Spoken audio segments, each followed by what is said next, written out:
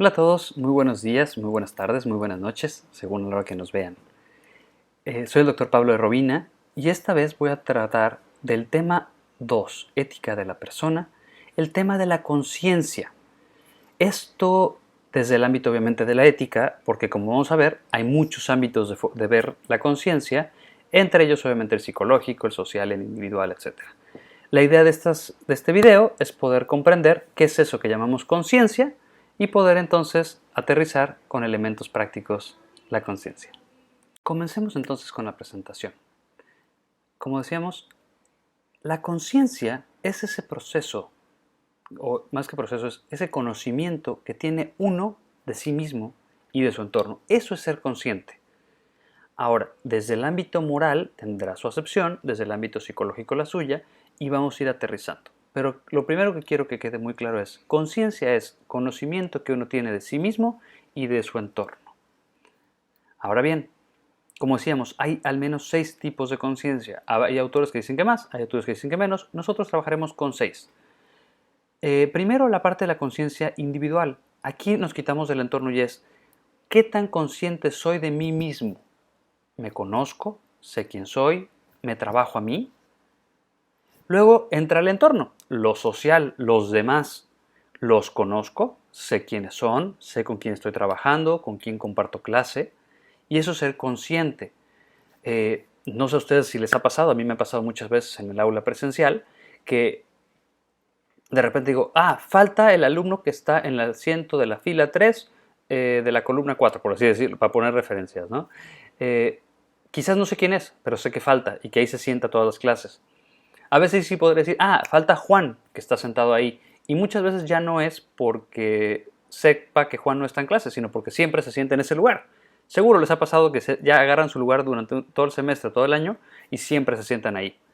Entonces, eso ayuda mucho, ¿no? Y esa es la conciencia social. Y bueno, obviamente aplicada en el ámbito de liderazgo y de la sociedad, es qué tanto soy consciente de los problemas de la sociedad y puedo apoyar con proyectos, ¿no? Desde el temblor del 2017, ¿no? Donde tuvimos conciencia social y salimos a las calles a apoyar a la gente que estaba afectada, eh, a los hospitales, a entregar medicamento, a entregar otro tipo de cosas, ¿no? También esa es parte de la conciencia social. Por otra parte viene la conciencia emocional. Tiene dos acepciones, tanto la parte individual, como decíamos, era la parte de mí mismo y la parte de los demás. Primero, a mí mismo es qué tan consciente, como ya hemos trabajado con las emociones, ¿no? ¿Qué tan consciente soy de esas emociones? Si soy capaz de entender esas emociones en mí, cuáles tengo, a ver, me puede pasar que choqué y puedo decir, es que yo tuve la culpa. Entonces, ¿no?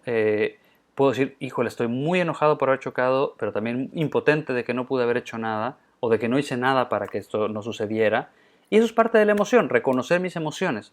Hay gente que simplemente choca y entonces se enfurece y enloquece y es parte de la conciencia emocional. Pero también es ser empático con el otro y es cuando vemos al otro triste, decaído y decimos, oye, ¿qué te pasa? ¿Qué tienes? Te apoyo, te apapacho. O lo ves enfurecido y le dices, a ver, tranquilo, no pasa nada, todo se puede arreglar, es parte de...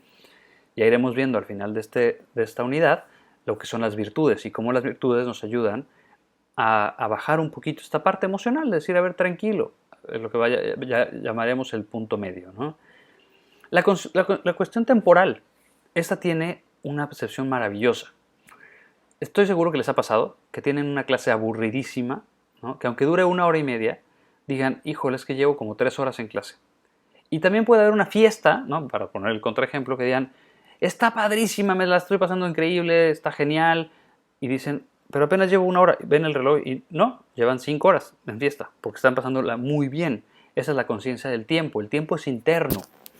Obviamente el reloj marca unas horas y un cierto estatuto, pero la forma de que cómo vivimos ese tiempo es la conciencia temporal. La psicológica es que tanto estoy consciente de mi pasado, de hacia dónde voy, por qué tengo el carácter que tengo, por qué tengo las emociones que tengo, por qué tengo la percepción de la realidad que tengo, cómo me comporto yo ante la realidad. Y a esa es la que trabajamos cuando vamos a terapia psicológica. Y finalmente la moral. En la moral vamos a ver, en particular, qué es el juicio que generamos para decir si un acto fue bueno o malo. Puede ser que lo piense antes, y le vamos a llamar conciencia antecedente, vamos a verlo más, o lo pensé después, que se llama consecuente, que es decir, estoy pensando en robar, entonces digo, no, no es bueno, esa es mi conciencia moral. Sin embargo, lo necesito hacer porque me va a dar dinero. Entonces, a pesar de que mi conciencia me dijo que no es bueno, yo lo hice. Hago caso a otro tipo de cosas, no a mi conciencia moral. En cambio, si yo digo, esto es bueno, súper bien, y lo hago. Ahora, también puede pasar que a veces decimos algo y después decimos, híjole, me arrepiento. Y digo, perdóname, cuando pido una disculpa no era mi intención, es porque la conciencia fue después. Y digo, actué mal. Para ello existe lo que se llama el carácter imperativo de la conciencia, que es uno jamás podrá actuar en contra de sí mismo, porque la conciencia, como veremos con la lectura de Kant también, es testigo, es decir, la ve todo lo que hacemos, es juez porque nos dice a nosotros qué está pasando y ejecuta la acción, nos hace sentirnos mal o nos hace sentirnos bien si actuamos bien o mal. Entonces, la conciencia nos juzga, es la evidencia ella misma y nos dice, actuaste mal y entonces ten remordimiento, ten culpa. Como hemos platicado en otras ocasiones, esta conciencia se puede apagar, se llama conciencia reprimida o anulación de la conciencia. Y entonces ya no lo sentimos tanto. Habrá gente que sí lo siga sintiendo, ¿no? A veces quizás ya no siente resentimiento, pero sabe que él es responsable. Cuando él sabe que es responsable, en automático es porque esta parte del carácter imperativo se mantiene. Y es lo que les decía. Cuando se da antes es cuando discuten la razón y el corazón para decir si sí lo hago, si no lo hago, si es bueno, si no es bueno y hacerlo.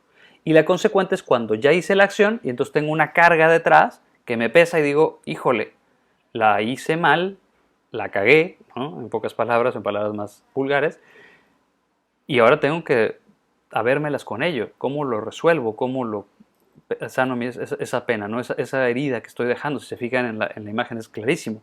Voy dejando un camino con ese peso que traigo ahí encima. Y esto nos lleva entonces a entender que hay tipos de conciencia. Primero, está la conciencia verdadera, es decir, sabe dónde está el bien y lo sigue siempre, sin importar nada. Luego viene la recta. La recta, a diferencia de la verdadera, es que la recta sabe dónde está, lo identifica, pero a veces no sabe exactamente qué es lo bueno. La recta muchas veces actúa de manera inconsciente, mientras que la verdadera es consciente. Cuando yo actúo y digo, ¿por qué hice esto? ¿No? O sea, pero sabes que hiciste bien, es porque estás actuando con la recta razón. Mientras que la verdadera es aquella que actúo sabiendo que ahí está bien y entonces lo actúo. Estas dos van de la mano. Si es recta, no siempre es verdadera, porque a veces pude actuar bien, pero no siempre tener la verdad. Pero si es verdadera, siempre es recta. Siempre. Ahora bien, viene la errónea. La errónea es cuando actúo donde está mal. No mal para mí, decíamos, jamás voy a actuar mal conmigo, pero sí sé que lo que estoy haciendo está mal y sin embargo actúo así. Esta no puede jamás llevarse con las otras dos. O actúo con recta o verdadera razón o verdadera, o actúo con errónea. No puedo actuar con errónea y verdadera al mismo tiempo. Ahora, esas de arriba, ¿no? Verdadera, recta y errónea, se complementan con las de abajo. Puedo tener una conciencia rígida, que es siempre actúo así, sin importarme el mundo. Actúo así me mantengo, así soy, así estoy. Por otra parte viene la laxa, sí, yo sé que está el bien ahí, pero no siempre actúo para el bien, a veces actúo mal. O sea, tengo la conciencia recta, no verdadera, porque no actúo siempre para el bien. La laxa no puede ir con la verdadera, la rígida sí, porque la laxa es a veces sí, a veces no. O puede ser errónea, que sepa dónde está el mal, lo sigo, pero a veces actúo bien, a veces actúo recto. Y finalmente la escrupulosa. La rígida va solita, igual que la errónea, no pueden actuar en su misma línea, pero sí puede ser una errónea rígida, totalmente.